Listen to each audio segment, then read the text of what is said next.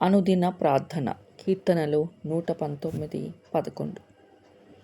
జీవము గల మా దేవా యెహోవా, మీ కృపచేత గడిచిన దినాలలో నా వ్యక్తిగత మరియు కుటుంబ జీవితమును పరీక్షించుకొనుటకు సహాయము చేసి నన్ను దీవించి మరొక నూతన దినమును అనుగ్రహించిన పరమతండ్రి, మీ ఘనమైన నామమునకు స్తుతులు స్తోత్రములు.